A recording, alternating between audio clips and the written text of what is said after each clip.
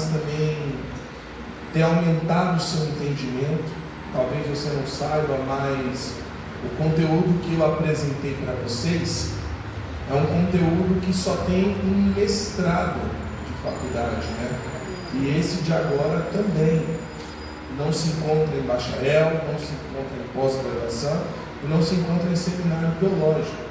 E você está recebendo esse conteúdo de graça. Aí, ó, glória a Deus ali, ó. Aí, mais um acolá. Oséias, capítulo de número 1, verso de número 1. Assim diz o texto: palavra do Senhor que veio a Oséias, filho de Beeri, durante os reinados de Uzias, Jotão, Acás e Ezequias, reis de Judá, e de Jeroboão, filho de Jeoás, rei de Israel. Quando o Senhor começou a falar por meio de Oséias, disse-lhe: vá, tome uma mulher adúltera e filhos da infidelidade, porque a nação é culpada do mais vergonhoso adultério por afastar-se do Senhor. Por isso ele se casou com Gomer, filha de Diblaim. Ela engravidou e lhe deu um filho. Então o Senhor disse a Oséias: dê-lhe o nome de Jezreel. Se você tiver uma caneta, sublinhe Jezreel. Porque logo castigarei a dinastia de Jeú por causa do massacre ocorrido em Jezreel, e darei fim ao reino de Israel. Naquele dia quebrarei o arco de Israel no vale de Jezreel. Gomer engravidou novamente e deu à luz uma filha. Então o Senhor disse a Oséias: dê-lhe o nome de Lo-ruama. Se você puder, sublinhe também Lo-ruama. Pois não mais mostrarei amor para com a nação de Israel, não ao ponto de perdoá-la. Contudo, tratarei com amor a nação de Judá, e eu lhe concederei vitória, não pelo arco, pela espada ou por combate, nem por cavalos e cavaleiros, mas pelo Senhor, o seu Deus. Depois de desmamar Lo-ruama, Gomer teve outro filho. Então o Senhor disse: dê-lhe o nome de Lo-ami. Marque Lo-ami. Pois vocês não são meu povo, e eu não sou o seu Deus. Contudo, os israelitas ainda serão como a areia da praia, que não se pode medir nem contar. No lugar onde se dizia a eles: vocês não são meu povo, eles serão chamados filhos do Deus vivo. O povo de Judá e o povo de Israel serão reunidos, e eles designarão para si um só líder, e se levantarão da terra, pois será grande o dia de Jezreel. Eu sei que como sempre, né, a leitura dos profetas menores por si só, ela é de difícil a compreensão, lendo só uma vez e tentando compreender a totalidade do texto. Não sei se vocês já perceberam, mas todos os livros proféticos, desde os maiores aos menores, eles são sincronizados. Tem uma coisa que você lê em um e você fala assim: nossa, mas eu já li isso aqui num outro livro, porque os acontecimentos deles são simultâneos. Os profetas, nós dividimos eles entre antes do cativeiro, durante o cativeiro e pós-cativeiro.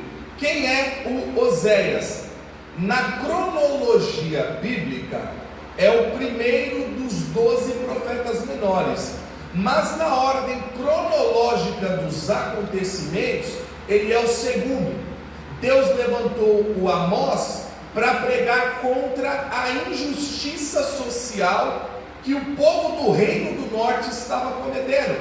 Eu não sei se você se recorda a diferença de reino do norte e de reino do sul.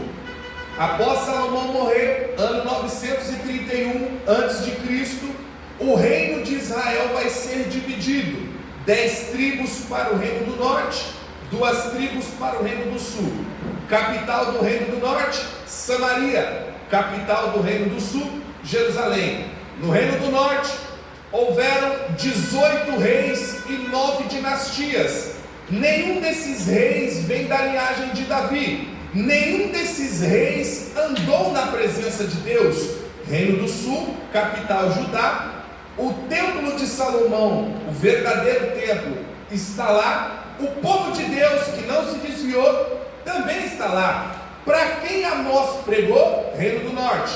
Para quem o Oséias também vai pregar? Reino do Norte.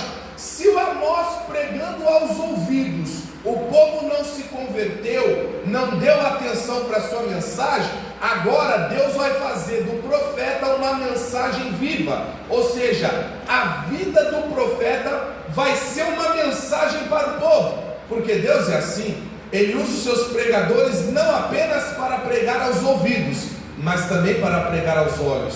Porque pregar aos ouvidos, Jurema, é muito fácil. O que eu preciso para pregar aos ouvidos?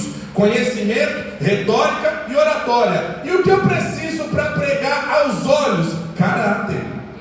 E esse é um pouco mais difícil, porque pregar aos ouvidos eu preciso de um púlpito, mas pregar aos olhos eu preciso de uma vida ilibada. Eu preciso ser aprovado dentro da minha casa. Eu preciso ser aprovado na congregação que eu faço parte. Então Oséias vai ser chamado como uma mensagem viva. Ele vai profetizar em um período que nós podemos considerar um período paradoxo.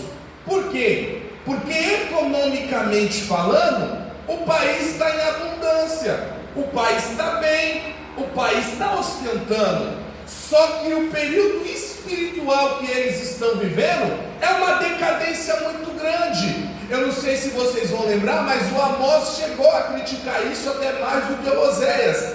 Ele foi dizer que o povo do Reino do Norte, o rei Jeroboão I, ele estabeleceu templos em Dan, em Berseba e em Betel, nesses 3 lugares, para que o povo não fosse para o templo de Salomão no Reino do Sul. Por que ele queria impedir? Porque no Reino do Norte o culto não era para Deus, o culto era para Jeroboão. O foco não era uma pregação de arrependimentos de pecado, de salvação, nada disso. O foco é a prosperidade do povo. Então eles cometiam injustiça social, chegavam no templo, ninguém pregava contra as injustiças deles. Eles só recebiam tapinhas nas costas e massagens, cócegas nas vaidades deles. Então eles permaneciam cometendo os pecados que estavam cometendo. É por isso que Deus levantou os profetas, porque quando os sacerdotes não pregam o que devem pregar, aí Deus chama um profeta, porque a função de levar o povo a conhecer a Deus, essa função é sacerdotal. Mas quando o sacerdote é covarde e não prega a Bíblia, aí Deus chama um profeta para fazer aquilo que o sacerdote não estava fazendo. O ofício do profeta é consertar altar. Deus nunca se alegrou de levantar profeta, pastor Silvio, porque ele só levanta profeta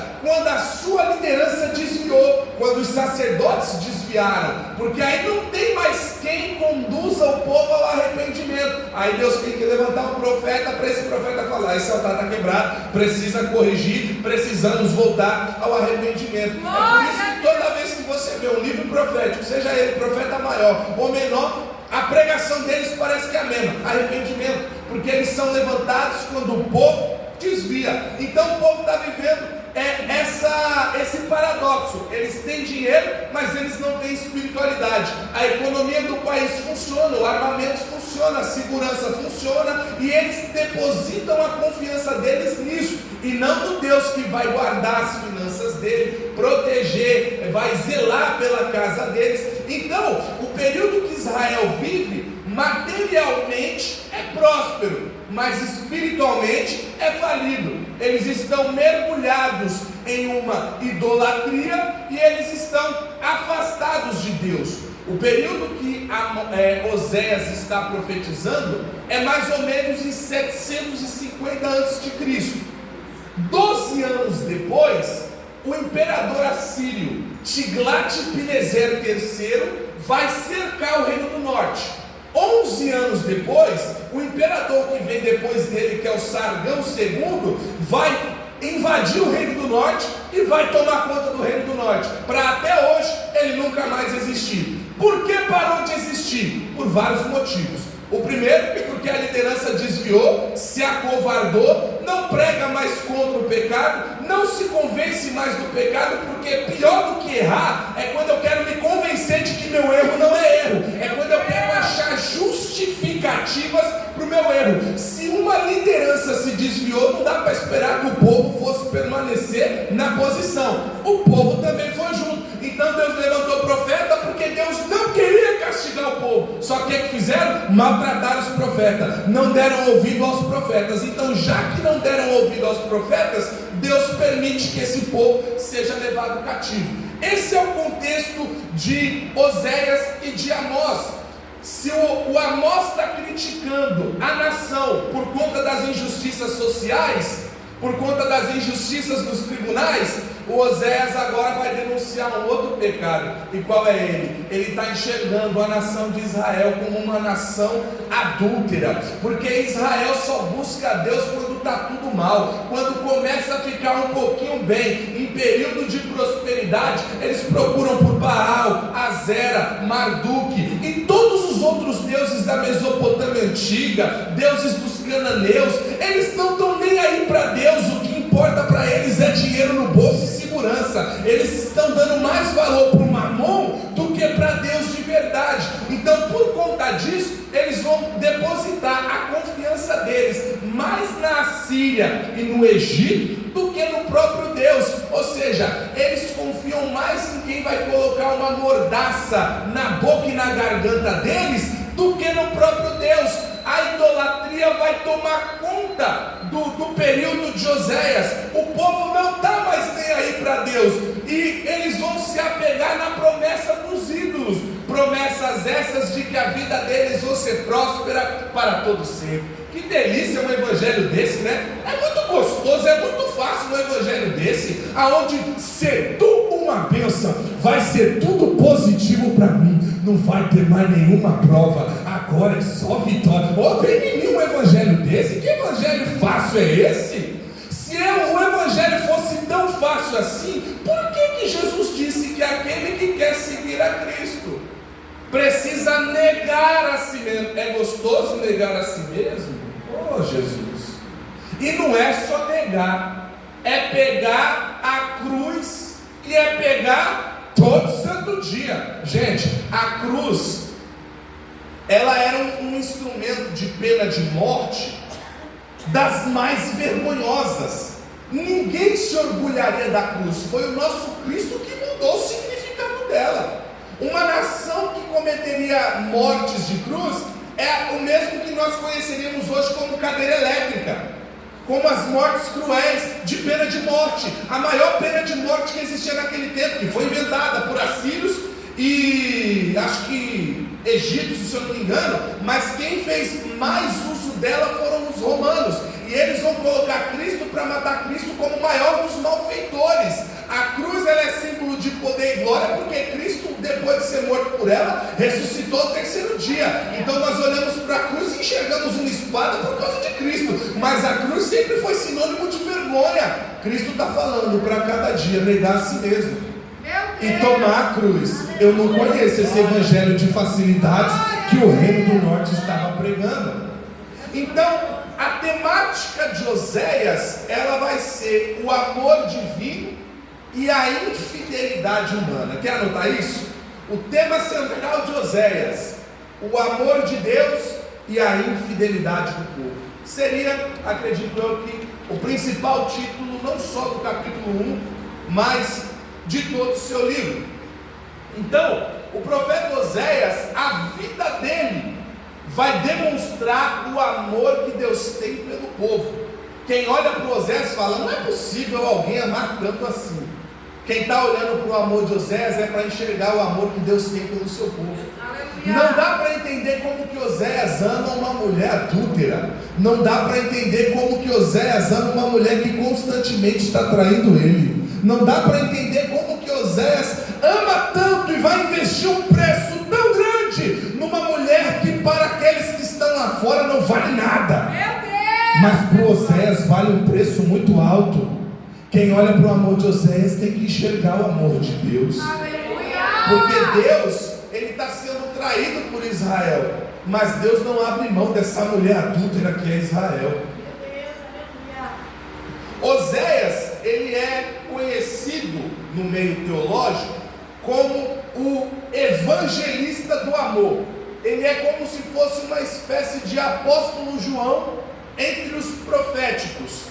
Agora, eu quero fazer um paralelo com você. Quem comprou a apostila aí, levanta a mão rapidinho, só para me saber.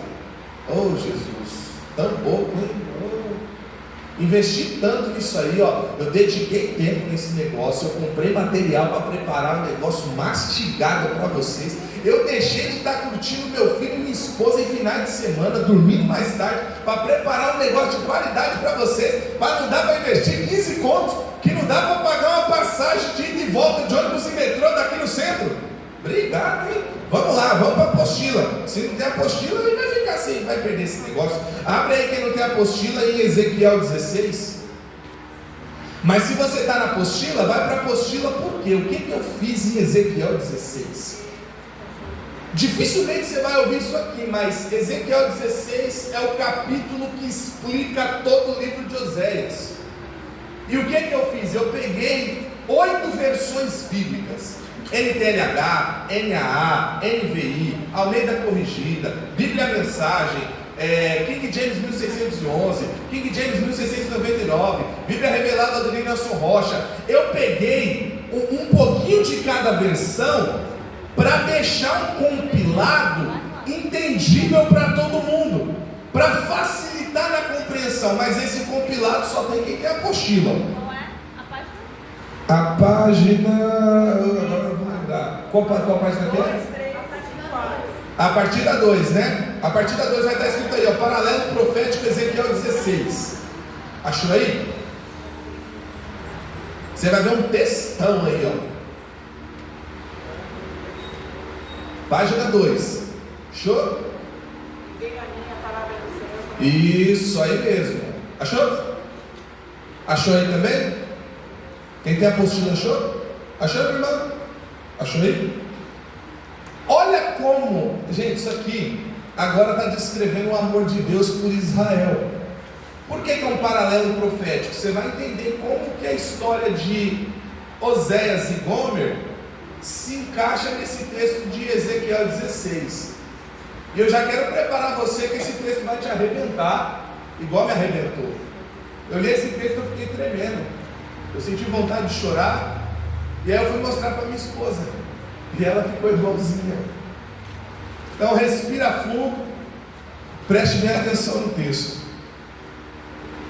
E veio a minha palavra do Senhor dizendo: Filho do homem, revela pois a Jerusalém todos os seus atos abomináveis de traição, as coisas nojentas que ela tem feito, e dize: assim diz o Senhor Deus a Jerusalém: a tua origem e o teu nascimento procedem da terra dos cananeus. Teu pai era amorreu e tua mãe Eteia. Quando você nasceu, ninguém cortou o seu cordão do seu umbigo, nem lhe deu banho, nem esfregou sal em você, nem a enrolou em panos. Ninguém cuidou de ti com carinho, ninguém olhou para ti com compaixão, tampouco teve piedade de ti. Ninguém se dispôs a fazer nada disso em teu favor. Ao contrário, você foi jogada num terreno baldio e deixada ali, suja e desprezada, uma recém-nascida que ninguém queria. Verso de número 6: mas eu passei por ali e vi você naquela situação, rolando no seu próprio sangue. Embora você estivesse naquela situação, indefesa e suja, eu não deixei que morresse. Em seguida, eu cuidei do seu desenvolvimento, te fiz crescer como uma bela planta do campo. Cresceste, prosperaste e te tornaste na mais linda das joias. Teus seios se formaram, o teu cabelo cresceu.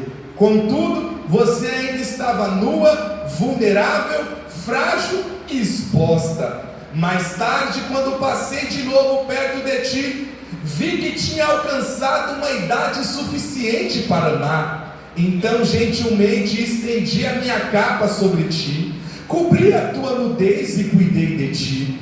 Prometi meu amor e me casei com você. Eu, Deus, o Senhor, dei a minha palavra e você se tornou minha. Dei-lhe um bom banho, limpei o teu sangue, passei óleos aromáticos no seu corpo.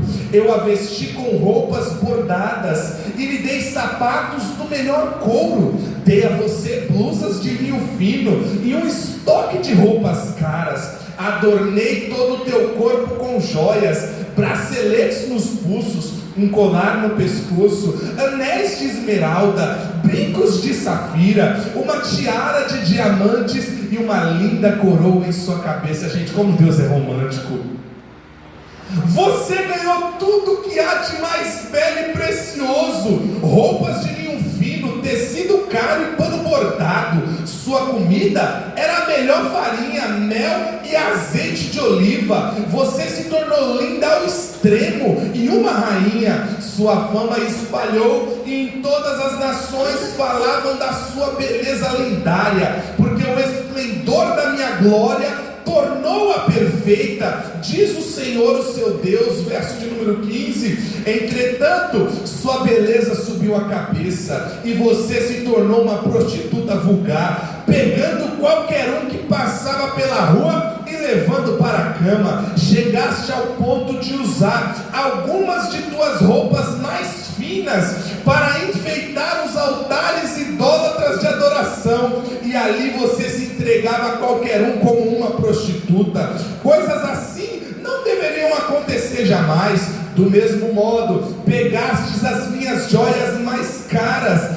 que eu tinha te dado, joias exclusivas, feitas com o meu ouro e a minha prata. Fizeste delas imagens pornográficas para os seus bordéis, imagens em forma de homens, e te prostituíste com eles. Você decorou sua cama com sedas e tecidos de algodão elegantes, e os perfumou com óleos aromáticos e incenso. Depois serviu as maravilhosas comidas que providenciei, as frutas e os pães frescos com ervas e condimentos finos, também presentes meus, como iguarias nas suas casas de prostituição, diz o Senhor Deus. Verso 20: como se não bastasse, você ainda pegou seus filhos e filhas que você tinha gerado para mim e os sacrificou como comida para os ídolos. A sua prostituição não foi suficiente? Agora é assassina também, matando meus filhos e sacrificando aos ídolos? Durante a sua vida miserável de prostituta, nenhuma vez você lembrou da sua juventude, quando estava nua, rolando no seu próprio sangue. Então, como ponto culminante das suas maldades, você construiu seus bordéis descaradamente em todas as esquinas da cidade. Que desgraça, desgraça para vocês, diz o Eterno, o Senhor. Em cada esquina você inaugurou um bordel, arrastou sua beleza pela lama, alargaste as pernas, oferecendo seu corpo de modo indecente para qualquer um que passasse.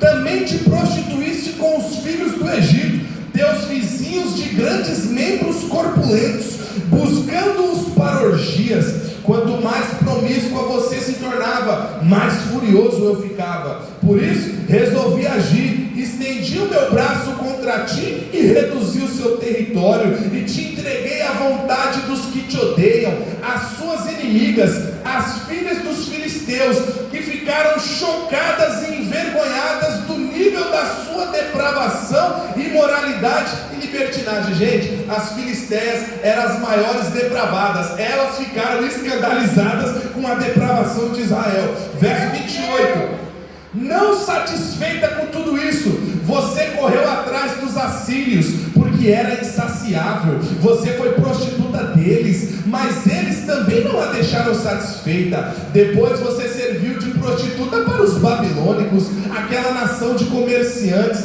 mas eles também não a deixaram satisfeita. Que alma doentia! Seus atos fizeram de você a prostituta das prostitutas.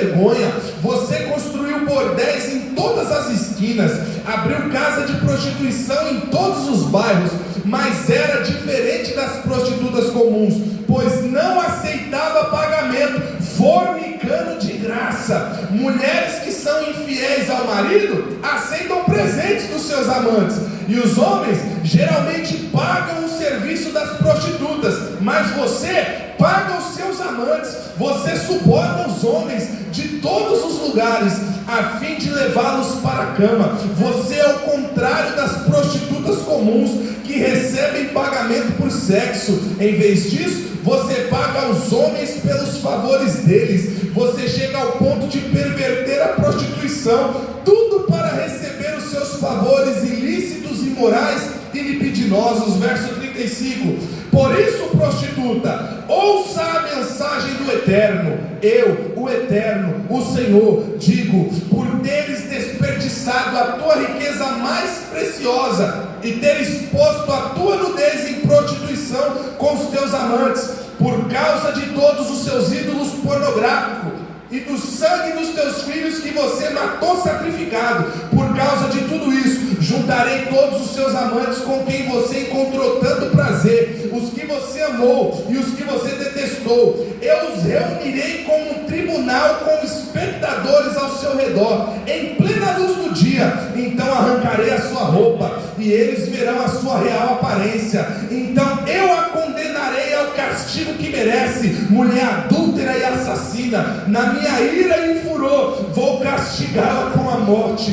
Vou reunir todos os seus amantes ao seu redor e entregarei a eles. Eles derrubarão seus bordéis e seus santuários sexuais. Eles arrancarão sua roupa, tomarão suas joias e a deixarão nua, descoberta e totalmente desamparada. Será conclamado um grande encontro, e a multidão apedrejará você e a despedaçará com espadas. Em seguida queimarão suas casas, um castigo severo, e todas as mulheres irão presenciar. Verso 41 e 42: com isso terei posto um fim à sua vida de prostituição. Chega de pagar amantes para virem à sua cama. Depois de tudo isso, meu furor terá se acalmado, meu ciúmes terá diminuído. Verso 59: assim diz o Senhor, o soberano: eu a tratarei como merece, pois você quebrou seus votos e não respeitou a nossa aliança.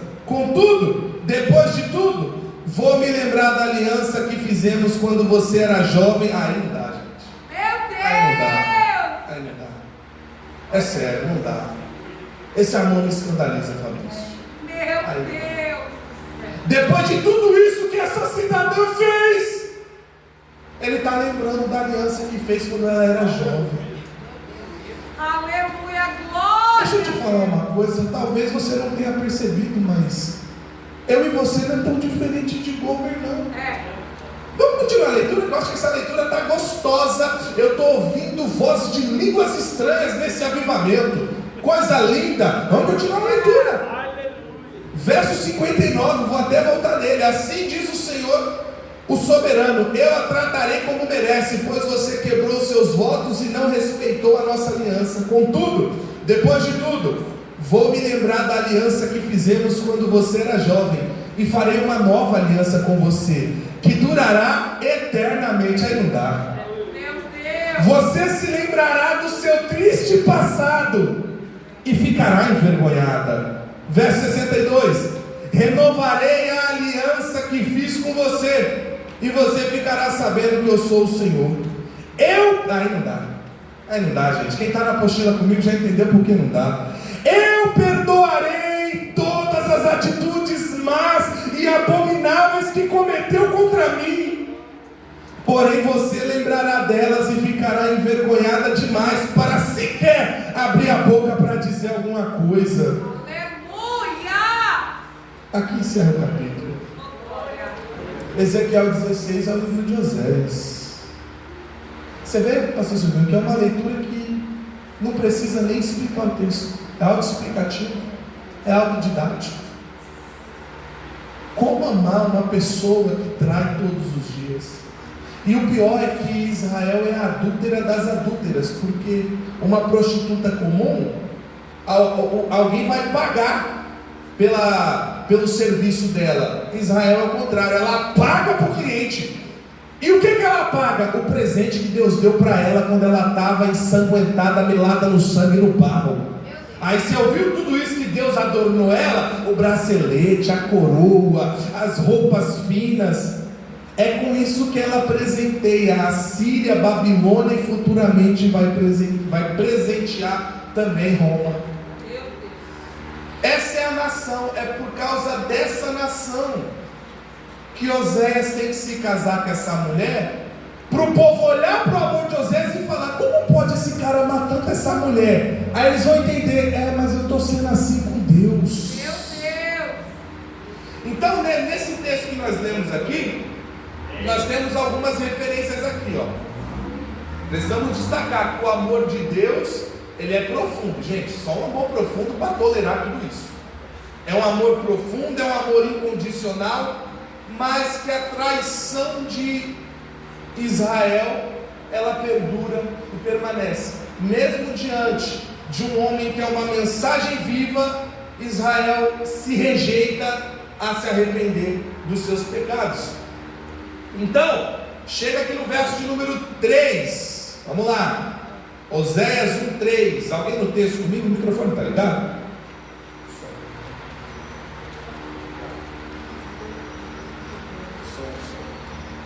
Vou precisar de ajuda. Aí. Pastor Silvinho, o senhor me ajuda a pregar?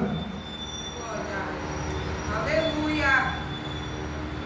Pastor Silvinho, Oséias 1:3. Foi, pois, retomou Gomer, filha de Ibraim, e ela concebeu e deu um filho. Só aí. Tem dois nomes citados aí: o nome de Gomer e o nome do pai dela, que é Diblaim. O nome Gomer, ele tem um significado, e o significado do seu nome é completo. Diblaim também tem um significado. O significado do nome Diblaim é 2 bolos de figo. Então, a completa é filha do 2 bolos de figo. Basicamente, tudo isso aqui representa também a nação de Israel. Porque a nação de Israel, até esse exato momento, ela era completa. Mas ela vai se dividir em 2 bolos. Que bolo? Reino do Norte e Reino do Sul. Então, até o nome da pessoa é uma mensagem para essa nação. E o texto diz que é 2 bolos de figo. Por quê? Porque o figo, ele tem uma expressão muito grande para o povo de Israel, e ele representa a espiritualidade, a vida espiritual da nação. Por isso que são 2 bolos de figo. O reinado, como eu falei para vocês, está dividido. Os templos que tem no Reino do Norte, eles estão adorando o bezerro de ouro. Eles estão sendo corrompidos dentro do templo. O local onde tem que ter os justos e os santos, na verdade, estão tendo os maiores corruptos. Para eles, como eu disse, o que mais importa é a riqueza. E eu anotei uma frase aí na apostila, você vai observar aí, que é a frase que diz que a riqueza sem Deus é pior do que a pobreza, porque a riqueza sem Deus afasta o homem da santidade mais do que a escassez. Então, os príncipes e sacerdotes estão corrompidos, a lei está corrompida, o culto está corrompido, os pregadores se tornaram amantes do luxo. Eu não sei se ele estava falando de hoje, né? Eu gostaria de forçar o texto a dizer que é os de hoje, mas ele está falando para os da época, que são cheios de avareza. Aí a Gomer vai ter filhos, e cada um desses filhos representa uma mensagem. O primeiro filho, ele vai estar no verso de número 4. Lê para mim, por favor, pastor Silvinho, o verso de número 4. E disse o Senhor: põe-lhe o nome de Jezreel, porque daqui a pouco visitarei o sangue de Jeziel sobre a casa de Jeú, e farei cessar o reino da casa de Israel. Isso aqui é um pouco estranho. Porque o que aconteceu no vale de Jezreel? O profeta Elias tinha profetizado contra a casa do rei Acabe, texto que a nossa diaconisa Franciele leu aqui na palavra ofertória, e ele profetizou contra, e que a dinastia de Acabe ia cair por sangue. Quem vai derrubar o reinado de Acabe é o rei Jeú. Só que o rei Jeú vai abusar da violência. Era basicamente assim: Deus falava para ele: é para você conquistar, mas ele vai e abusa daquilo que Deus fez. Deus não gostou desse negócio. Então, aquilo que Deus vai fazer, a mensagem que Deus vai fazer com Israel, ele está falando assim pro Osés: pode botar o nome de Jezreel. Por quê? O que aconteceu no vale de Jezreel eu vou fazer bem pior. Outra coisa, colocar o nome de Jezreel numa criança, isso aqui a gente vai entender. Seria como se eu tivesse um filho hoje, colocasse o nome dele de faixa de Gaza, colocasse o nome dele de Iraque, Hamas, Hezbollah, algo mais ou menos assim, Al-Qaeda, algum grupo terrorista. É essa mensagem que Deus está trazendo para o povo, porque é uma mensagem de juízo, e é o juízo contra o governo, é juízo contra a liderança da nação. Aí tem o segundo filho, verso de número 6. Lembra para mim, pastor Silvinho, verso de número 6. E tornou ela conceder dar à luz a um filho, e Deus disse: põe o nome de Loruão, porque eu não tornarei mais a compadecer-me da casa de Israel, mas tudo lhe tirarei. O que aconteceu no vale de Jezreel? Perderam uma guerra, local de juízo, e perderam uma guerra. Só que Loruama significa perdão retido, ou não compaixão. Então, o Deus que vai guerrear contra, agora ele está falando pela outra filha: eu não vou ter compaixão, não vai ter perdão, estou retirando o perdão. Agora eu vou falar uma coisa para você. Eu sei que o primeiro filho já é um nome pesado, que vai ser perder uma guerra, mas tem uma coisa que é pior do que perder a guerra. E o que é pior do que perder uma guerra? É não ter mais a misericórdia do Senhor. Não ter mais a misericórdia do Senhor. Gente, vocês fazem ideia por que nós não somos consumidos todos os dias? Deus está irado todo santo dia, e Ele está irado contra o pecado e o pecador. E por que Ele não consome? Porque somos bons? Que nada! É por causa da sua misericórdia. É a misericórdia do Senhor que é a causa de não sermos consumidos. É a misericórdia do Senhor que se renova a cada manhã. Mas Deus está retirando a sua misericórdia desse povo que trai Ele todo santo dia. Pior do que perder uma guerra é não contar mais com a compaixão e a misericórdia do Senhor. Terceiro filho. Vamos lá, pastor Silvio. Lê para mim o verso de número 9. E Deus disse: põe o nome de Loamim, porque vos não sois meu povo, e nem eu serei vosso Deus. O que Deus está dizendo para esse povo? Vocês vão perder a guerra.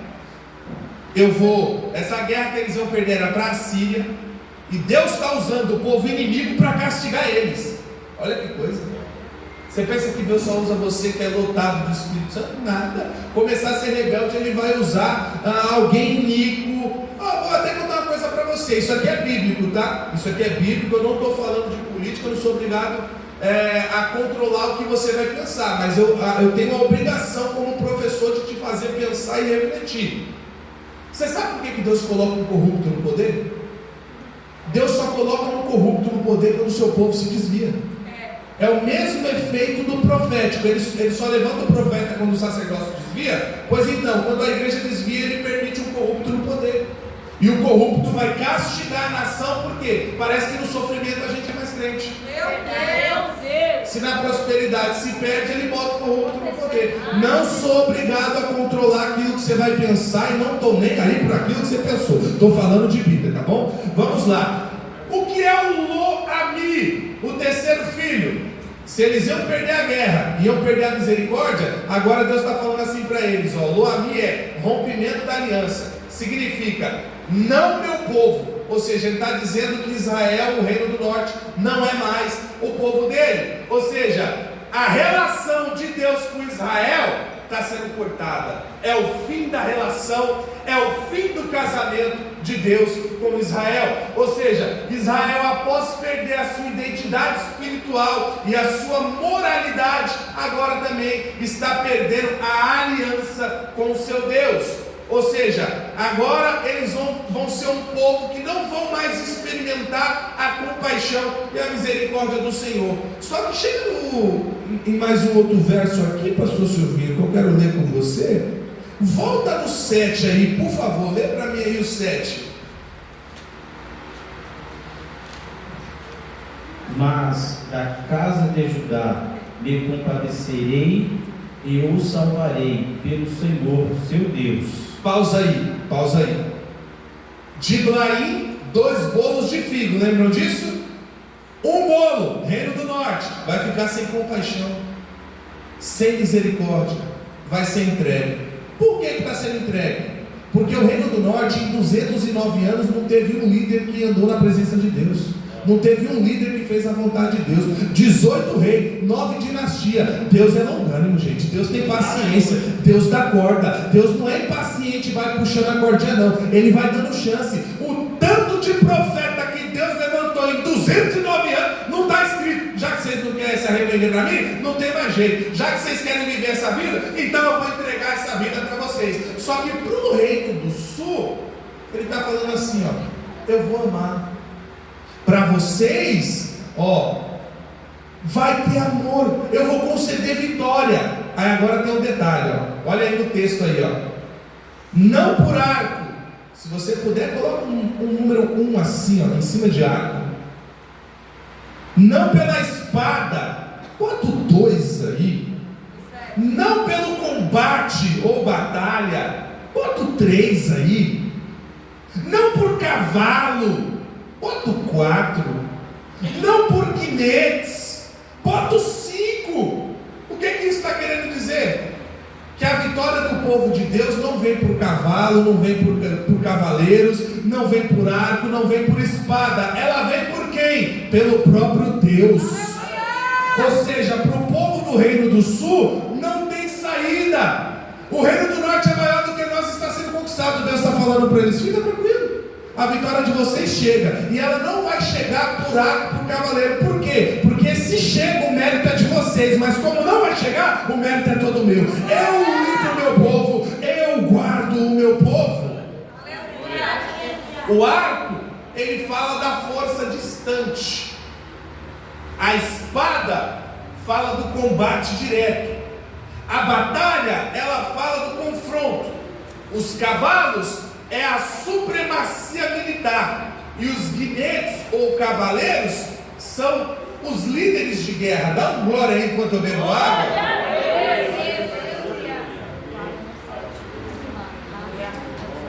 E como foi esse livramento que Deus deu? Eu vou te dar só o texto, mas eu não vou entrar nele, tá? Anota aí esse texto. 2 Reis, capítulo 19 e Isaías 37. Como foi esse livramento do mar? O reino do norte conquistou o reino do sul. Aí o rei do momento é Senaqueribe. Ele falou assim: já conquistei o norte, vou agora para o sul. Ele cerca o sul, e quando ele cerca o sul com 186 mil guerreiros, o rei do sul é Ezequias, e esse é crente. O Ezequias foi orar. Por quê? Porque o Senaqueribe falou assim para ele: olha, eu vou te derrotar, meu pai derrotou seu pai, e o meu Deus vai derrotar o seu Deus. Aí quando falou isso, aí o Ezequias foi esperto, falou: aí Deus, ó, não deixava não, ó. Está mexendo comigo? Eu sou fraco, meu pai é fraco, mas agora foi para o Senhor. O que Deus fez? Esses dois textos que eu citei para vocês, 2 Reis 19 e Isaías 37, o que Deus fez? Deus mandou um anjo só, para quê? Para enfrentar os 186 mil assírios. Matou e botou para correr os que não matou, para provar para Ezequias e para Israel que quem guarda a cidade, quem guarda o povo é o Deus de Israel. O livramento não viria pela mão do exército, não viria pela mão de ninguém, viria pelo próprio Deus. Quando as circunstâncias parecem sem saída para nós, a circunstância do alto permanece acessível. O próprio Deus vai se manifestar presente. Se não for para nos livrar do cativeiro, Ele vem para nos livrar no cativeiro. Mas Deus não nos perde para o inimigo da nossa alma.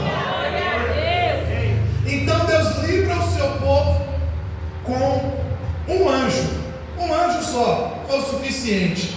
E Deus vai fazer uma promessa de restauração para o seu povo. Olha aí, pastor Silvinho, o verso de número 10. Todavia o número dos filhos de Israel será como a areia do mar. Pausa aí. Israel agora é só reino do sul. Israel é a menor nação do mundo, e agora é só 2 tribos. Das 2 só tem 2.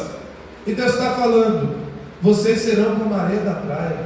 Deus está falando: ó, é eu que estou resgatando, e sou eu que vou abençoar. Aos olhos naturais, não parece que tem algo acontecendo, mas é aí que eu opero.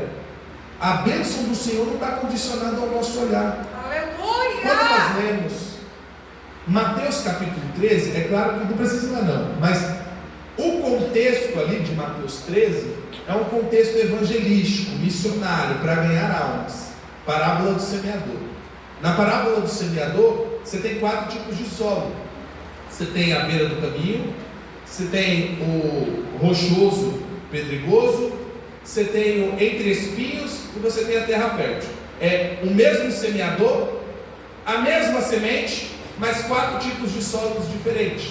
O primeiro solo, o semeador coloca a semente, mas ela, como está à beira do caminho, não penetra o solo, não vai encontrar profundidade. Aí uma ave de rapina vem e rouba essa semente. O segundo solo, que é o solo rochoso pedregoso, ele até entra no solo, mas ele não vai encontrar profundidade, porque o solo é duro, o solo é rochoso. Aí tem o terceiro, que é o solo entre espinhos. Esse vai entrar na terra, vai fecundar, vai criar raiz, mas quando começar a crescer, vai murchar por conta dos espinhos, porque vai crescer entre os espinhos.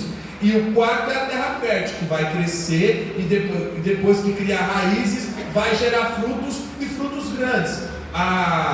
Depois disso, Jesus conta uma segunda parábola para eles, que é a parábola da semente. Ele vai dizer que essa semente, uma vez plantada, ela vai começar a crescer. Só que ela, antes de crescer para cima, ela cresce para baixo. Ninguém está vendo que ela está crescendo, mas não é porque não está vendo que não está crescendo. Pouco glória para essa aqui. Quem é o semeador? O próprio Deus. O que é a semente? O Evangelho. O que é o solo? Coração humano. Um coração está à beira do caminho, um é duro, rochoso, o outro é entre espinhos e o outro é terra fértil. É Deus falando assim, ó, pregadores, a sua função é somente pregar. Somente 25% do seu público vai aceitar. Mas sua função não é descobrir quem é terra fértil, é simplesmente pregar. Um não vai receber, vai perder, o outro vai receber, mas não vai penetrar o coração. O outro vai receber, mas aí ele vai se ocupar com as coisas do mundo e uma hora vai murchar. Mas aí você tem a terra fértil. Aí depois dessa parábola vem o quê?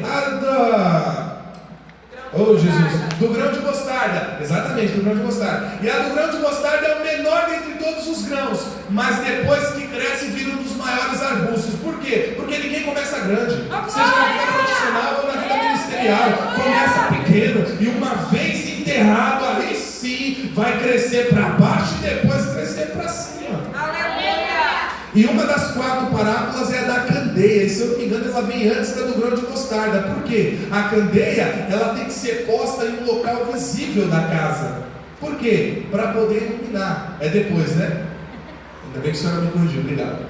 Por quê? Uma vez que recebeu a semente do Evangelho, cresceu e ninguém viu, produziu frutos dignos de arrependimento, agora está visível para todo mundo ver. Por quê? A candeia não tem que estar no local estratégico? Tem. Uma vez que você aceitou a Cristo e está produzindo frutos dignos de arrependimento, você vai ver as pessoas que te conheciam quando você estava no mundo e falar: meu Deus, Jesus existe mesmo. Você mudou. Por quê? Porque você já se tornou uma candeia. Os seus frutos já estão sendo visíveis. Verso de número 11, pastor Silvio, lê para mim, por favor. E os filhos de Judá e as filhas de Israel juntos se congregarão e constituirão sobre si uma só cabeça, e subirão da terra, porque grande será o dia de Jezreel. O que Deus está falando aqui? Deus está falando da unidade. Eles estavam separados, mas Deus está falando: um dia vocês vão ser um só. Eu estou curando essa separação. Eu estou restaurando a unidade nacional. E eu estou profetizando um tempo de bênção. Que coisa linda. Lê para mim o 2:1. Vai alguém para mim, Zacarias 4:6. Não, o senhor vai no 2:1. Chamai vossos irmãos, a minha vossa irmã Ruana. Da sua conta, lê de novo na sua. Chamai, É isso mesmo, chamem a seus irmãos. Chamai vossas irmãs, a minha vossa irmã Ruana. Na minha está assim, ó: chamem a seus irmãos, meu povo, e suas irmãs, minhas amadas. Aonde que está a restauração aqui? O segundo filho de Oséias era Lo-Ruama, que significava não compaixão, não misericórdia. Aí Deus está falando: nesse tempo eu vou agir com misericórdia, eu vou agir com compaixão. E ele está chamando de meu povo. Mas vocês lembram que o terceiro filho de Oséias era não meu povo? Ele está falando: é só por um tempo. Por quê? Porque vocês vão voltar a ser meu povo.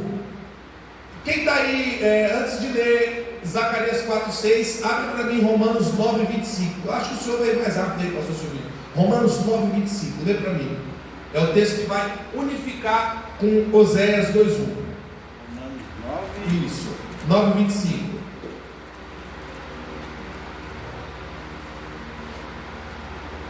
Como também diz em Oséias: chamarei meu povo ao que não era meu povo. Opa, peraí. Então ele está chamando dele aquilo que não era dele. Te lembra alguém? Outrora estávamos sendo usados por Satanás. Éramos dele. Aí Deus falou: não é dele coisa nenhuma, tá aqui, ó, é meu, vem pra cá. Deus é aquele que vai na casa do valente, manieta do valente e toma as coisas do valente. É como se Deus entrasse na casa dele, batesse na cara dele, pegasse os utensílios dele e a chave da casa dele. Esse é o Deus que eu sirvo, glória a Deus. Aí o primeiro filho era o Jezreel, o lugar da batalha, da desgraça. Deus está falando que esse local vai ser o local de reunião e vai ser o local de graça. Como? Zacarias 4:6, quem está no texto? Então ele respondeu e falou, dizendo: essa é a palavra do Senhor a Zorobabel, dizendo: não por força nem por poder, mas pelo meu espírito, diz o Senhor. Eu gosto mais da versão que está assim, ó: não por força nem por violência, mas pelo meu espírito, diz o Senhor. Deus vai fazer. Como? Por arco? Não. Por espada? Não. Como? Não por força nem por violência, mas pelo meu espírito, diz o Senhor. Uma última aplicação aqui para a gente encerrar, menos de 3 minutos eu já encerro. Israel é como, o processo aqui de Israel é o mesmo que de uma esposa separada, como Mical. Vocês lembram que Mical, filha de Saul, vai ser esposa de Davi. Só que depois o Saul vai começar a perseguir Davi. Davi vai sair de Israel e a Mical vai ser dada como esposa para outro homem. Só que depois que Saul morre e Davi volta conquistando, ele vai pedir a sua esposa de volta, sim ou não? É a mesma coisa. Deus vai se afastar momentaneamente da sua esposa, mas daqui a pouco Ele volta para buscar a sua esposa, porque Ele faz questão e não abre mão da sua esposa. Isso aqui é o zelo de Deus pela sua esposa, amém, gente? Quem recebe essa palavra?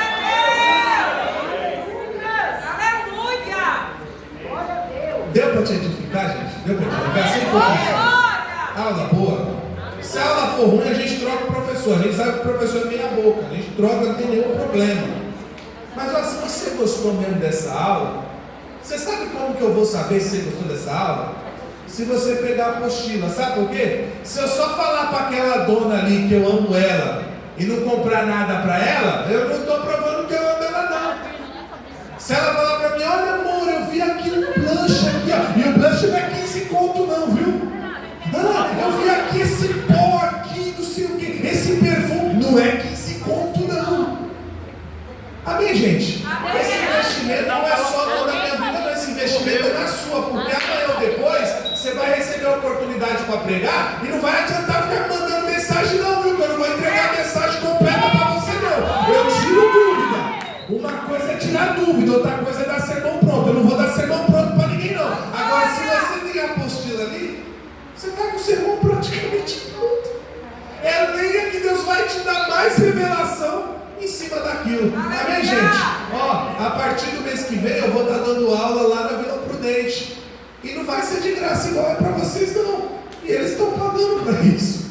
Vocês estão recebendo de graça. Glória a Deus por isso. Amém? Deus abençoe. Passei 4 minutos. Vocês me perdoam. Bora mais, Sara, né? Dá nem para levantar agora. Doeu em mim também. Graças a Deus. Coloquemos sobre os nossos pés. Quem tomou posse aí? A Bíblia vai dizer, irmão, que o caminho do sábio